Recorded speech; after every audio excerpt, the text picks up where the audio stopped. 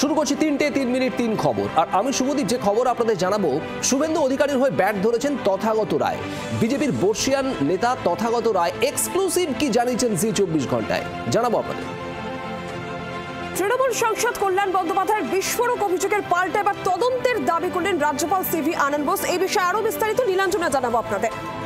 আর আমি সৈকত, শুরুতে যে খবরের দিকে নজর রাখবো, রাজা রামমোহন রায়কে কদর্য ভাষায় আক্রমণ মধ্যপ্রদেশের শিক্ষামন্ত্রীর। ইংরেজদের দালাল বলে বাংলার মনীষীকে আক্রমণ। মধ্যপ্রদেশের মন্ত্রী ইন্দর সিং পারমারের মন্তব্যে তীব্র বিতর্ক, তীব্র সমালোচনা তৃণমূলের। বিতর্কের মুখে পড়ে অবশেষে ক্ষমা চাইলেন বিজেপি শাসিত রাজ্যের শিক্ষামন্ত্রী।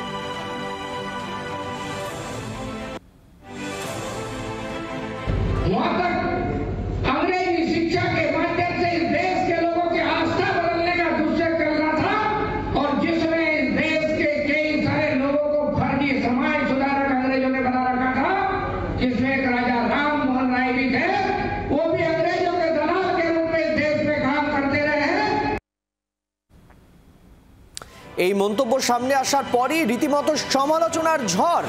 বাংলা থেকে একেবারে তেড়ে ফুরে বিজেপি শাসিত রাজ্যের শিক্ষামন্ত্রীর উদ্দেশ্যে একেবারে পাল্টা আক্রমণ শানাতে শুরু করে রাজ্যের শাসক দল তৃণমূল কংগ্রেস, এবং তারপরই তিনি ক্ষমা প্রার্থনা করলেন। प्रसिद्ध समाज सुधारक राजा राममोहन जी राय के बारे में मेरे मुंह से गलत निकल गया, उसके लिए मुझे बहुत दुख है। जो मेरे से गलती से त्रुटि से बयान मुंह से निकल गया है, उसके लिए मैं प्रायश्चित करता हूं।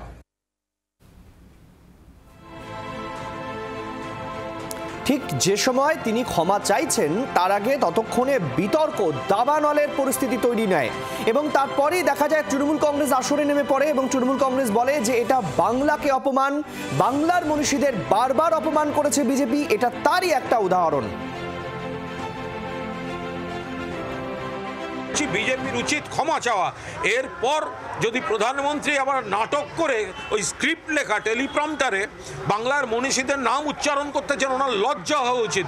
বিজেপির উচিত অবিলম্বে রাজা রামমোহন রায়কে যেভাবে অপমান করা হয়েছে তার জন্য ক্ষমা চাওয়া, এবং এই শিক্ষামন্ত্রীকে অবিলম্বে নজিরবিহীন ব্যবস্থা নেওয়া এর বিরুদ্ধে। রাজা রামমোহন রায়কে ব্রিটিশদের দালাল বলে উল্লেখ করেছেন মধ্যপ্রদেশের উচ্চশিক্ষা মন্ত্রী।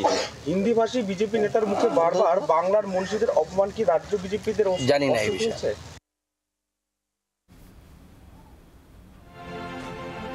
তৃণমূল সাংসদ কল্যাণ বন্দ্যোপাধ্যায় গতকাল বিস্ফোরক অভিযোগ করেছিলেন এবং তিনি বলছিলেন যে রাজভবন থেকে অস্ত্র সরবরাহ করা হয়। আর এবারই তার পাল্টা রাজ্যপাল তদন্তের দাবি করছেন, লোকসভা অধ্যক্ষের কাছে তদন্তের দাবি করেছেন রাজ্যপাল। এরই পাশাপাশি জি 24 ঘন্টা এক্সক্লুসিভলি রাজ্যপাল যেমনটা বলেছেন যে আজকে বিকেলের মধ্যেই আইনি পদক্ষেপ তিনি নিতে পারেন, এই হুঁশিয়ারি দিয়েছেন রাজ্যপাল সিভি আনন্দ বোস। এরই পাশাপাশি কলকাতা পুলিশের দিকেও অভিযোগের আঙুল, যেখানে রাজভবনের নিরাপত্তার দায়িত্ব কলকাতা পুলিশের দিকে, রাজভবনে যদি অস্ত্র ঢোকে তার উত্তর কলকাতা পুলিশ দিক, এমনটাই বলেছেন রাজ্যপাল সিভি আনন্দ বোস।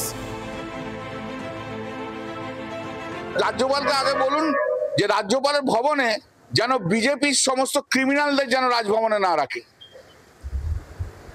ওই রাজভবনে বসে ক্রিমিনালদের রাখছেন আর সবাইকে একটা করে বন্দুক দিচ্ছেন আর বোমা দিচ্ছেন, মেরে এসো তৃণমূলের লোকেদের। আপনি আগে সব এগুলো বন্ধ করুন। আপনার মতো অপদার্থ রাজ্যপাল যতদিন থাকবে, বিজেপির চাকর বাকর রাজ্যপাল যতদিন থাকবে, ততদিন ভালো জিনিস পশ্চিমবাংলায় কখনো দেখতে পাবেন না। What will be your next course of action regarding this allegation by Kalyan Banerjee? First course of action is regain public confidence by exposing the Rajbhavan for public scrutiny. Once it is established and the people are convinced that the MP was making false allegations, then the people know how to deal with it. I am with the people. And whatever legal implications are there, that I am getting examined. By evening I will make up my mind on how to proceed further in the matter. It's very immature, calculated. It's unbecoming of the dignity of a member of parliament. And that also amounts to hate speech. I am examining it from all its angles and appropriate action will be taken.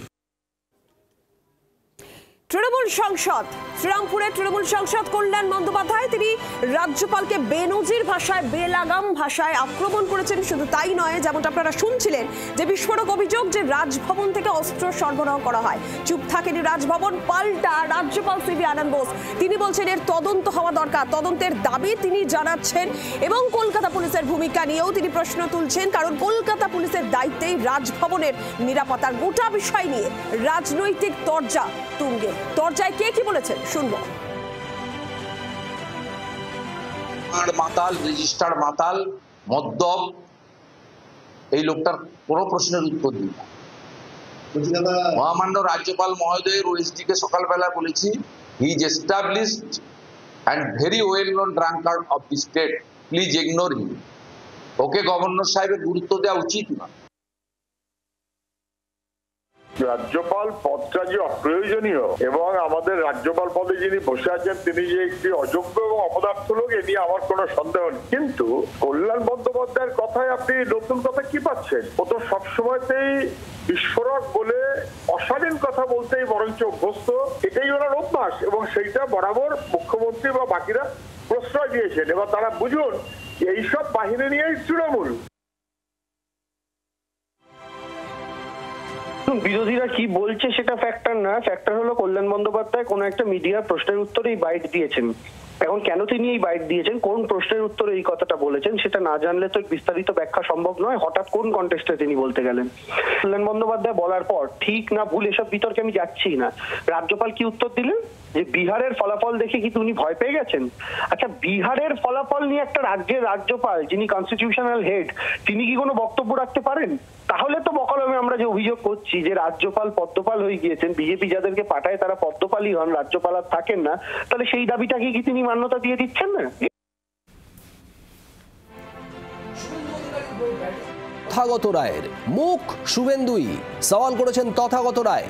Suvendu অধিকারীকে মুখ্যমন্ত্রী হিসেবে project করা উচিত, জি 24 ঘন্টা exclusive Tathagata Roy. পাশাপাশি দলের একাংশকে বিঁধেছেন। তার মন্তব্য, তাদের দলের প্রতি আনুগত্যের পাঠ সিপিএমকে দেখে শেখা উচিত। আমাদের দলে তার খামতি আছে। সিপিএম এর মধ্যে পদ পাওয়ার জন্য মোহ নেই, ওদের কাছে দল প্রথমে। জি 24 ঘন্টায় খোলাখুলি মন্তব্য তথাগত রায়ের। সেটার মধ্যে প্রধানত আমি বলেছি যে বিজেপিকে এখন ঘর গুছিয়ে লড়াইয়ের ময়দানে নামতে হবে। এই বিহারে আমরা অসাধারণ ফল পেয়েছি, সেটা তো নিশ্চয়ই উৎফুল্ল হবার কারণ, কিন্তু সেই উৎফুল্ল হয়ে নিজেদের কর্তব্য ভুলে যাওয়াটা ঠিক নয়। যে জিনিসটা আমাদের 2021 সালে হয়েছিল, 2021 সালে আমরা 2019-এর লোকসভা নির্বাচনের ফল দেখে আত্মহারা হয়ে এমন সব কাণ্ড করেছিলাম যে আমরা বলা যেতে পারে নিজের পায়ে কুড়ুল মেরে হেরে গিয়েছিলাম। কুণাল ঘোষ তৃণমূল নেতা, তার প্রতিক্রিয়া সামনে এসেছে, শোনাবো। তথাগত বাবু তো এক সময় রাজ্য বিজেপির সভাপতি ছিলেন, কি রেজাল্ট দিয়েছেন উনি নিজেরটা আগে বলুন না। মুখ হলে ভালো হতো, তমুক হলে ভালো হতো, এ হলে সে হতো। জ্ঞান বিতরণ সহজ, বাংলার মাটিতে বিজেপির পারফর্ম করার কোনো স্পেস বাংলার মানুষ দেবে না।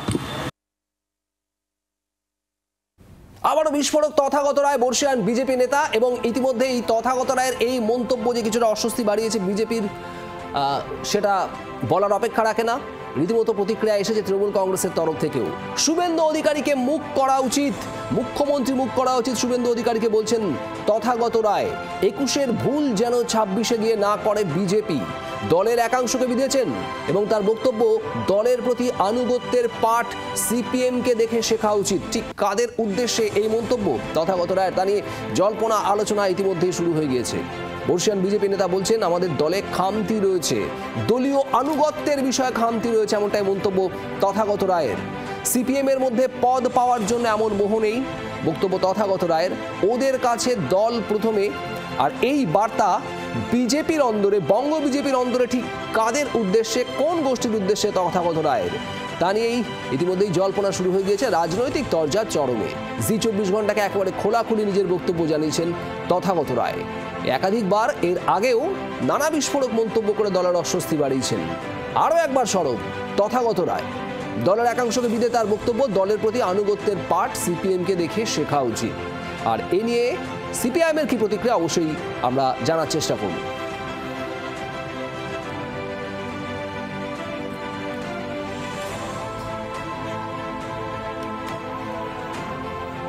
যে খবরের দিকে আমরা অবশ্যই নজর রাখার চেষ্টা করব, আপনাদের আরও একবার জানাবো যে ইতিমধ্যেই বঙ্গ রাজনীতিতে বিভিন্ন ইস্যু সামনে এসেছে। আর এই মুহূর্তে দিল্লি বিস্ফোরণে ডাক্তার মডিউলের পর এবার উপত্যকায় মাদক মডিউল। সূত্রের খবর, পাকিস্তানের মদতপুষ্ট মাদক মডিউল 2 মাদক স্মাগলারকে পাকড়াও করেছে জম্মু কাশ্মীর পুলিশ। গত 6 মাস ধরে এরা পাক হ্যান্ডলারের সঙ্গে যোগাযোগ রাখছিল। ভারতে ড্রাগ পাচারে ড্রোন ব্যবহার জঙ্গিদের 15 কোটি টাকা মূল্যের 3 কেজি হেরোইন উদ্ধার হয়েছে। এছাড়াও দিল্লি সংলগ্ন এলাকা এবং জয়পুরেও 82 কেজি কোকেন বাজেয়াপ্ত করা হয়েছে।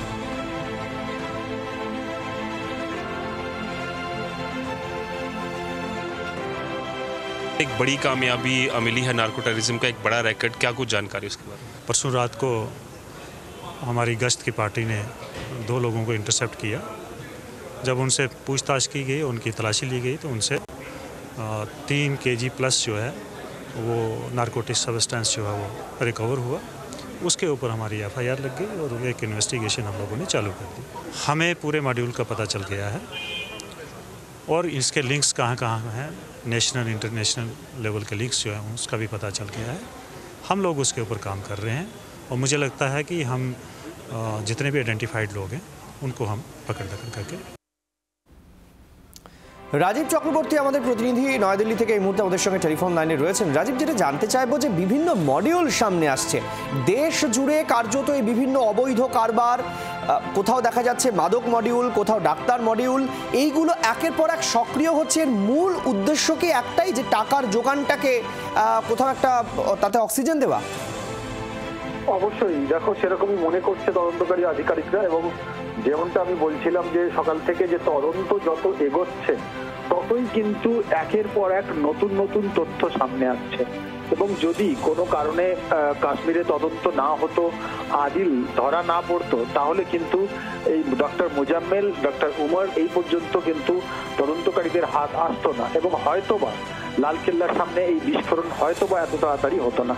সবটাই একেবারে দেখা যাচ্ছে ছক, একেবারে যারা এই ঘটনার সঙ্গে যুক্ত জঙ্গি কার্যকলাপ সারা দেশ জুড়ে বিভিন্ন জায়গায়, যে কথা তুমি বলছো মডিউল, দেখো তুমি রাসায়নিক সার দীর্ঘদিন ধরে 2 বছর ধরে একটি ইউনিভার্সিটির চিকিৎসকরা তারা একটি অ্যাপ, এনক্রিপ্টেড অ্যাপের মাধ্যমে যোগাযোগ রেখে নিজেদের মধ্যে মিটিং করে বাড়ি ভাড়া নিয়ে সেখানে মজুত করেছে।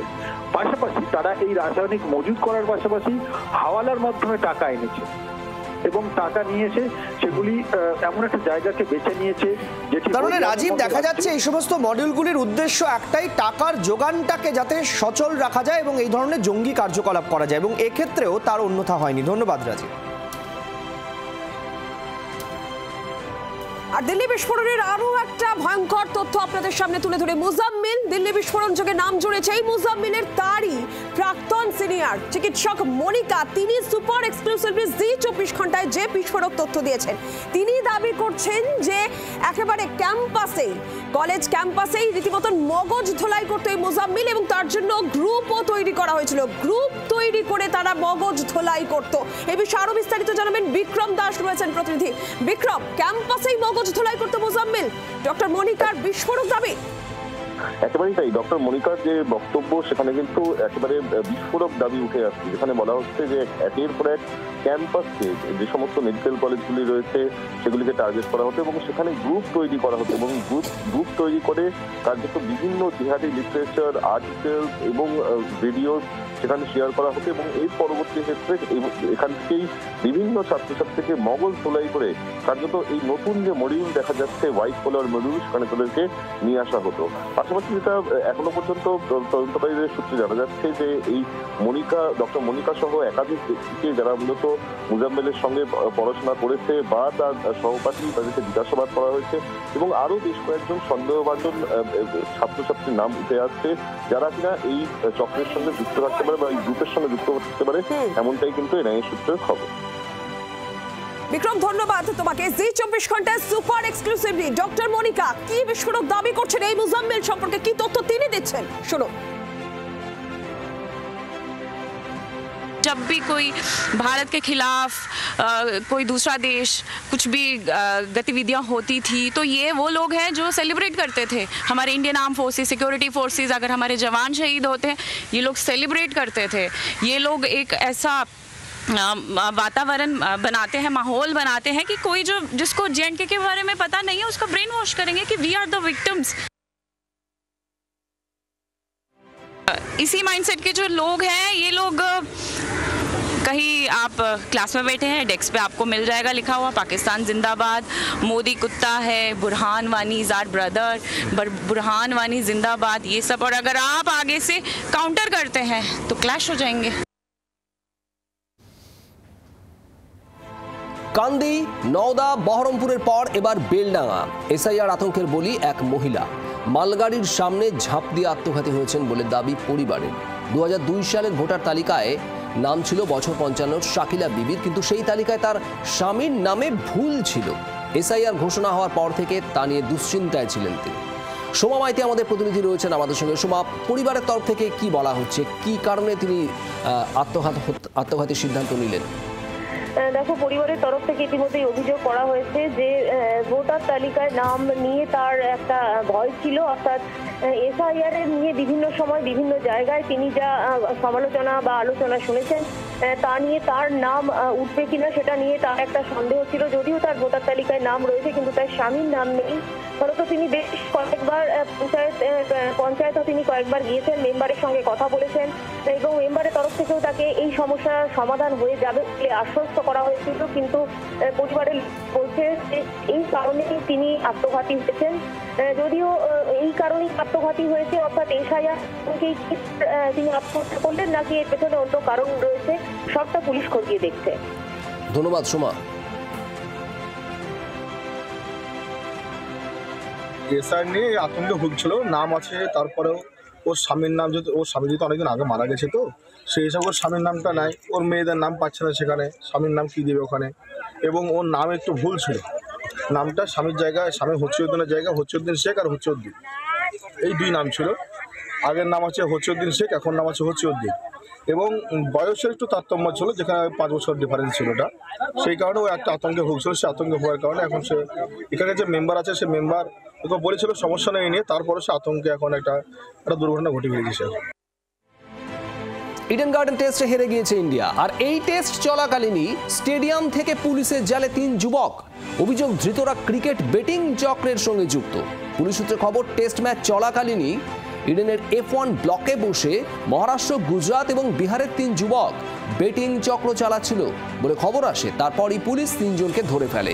ধৃতদের জেরা করে এই চক্রের সঙ্গে যুক্ত বাকিদেরও ধরার চেষ্টা করছে কলকাতা পুলিশ।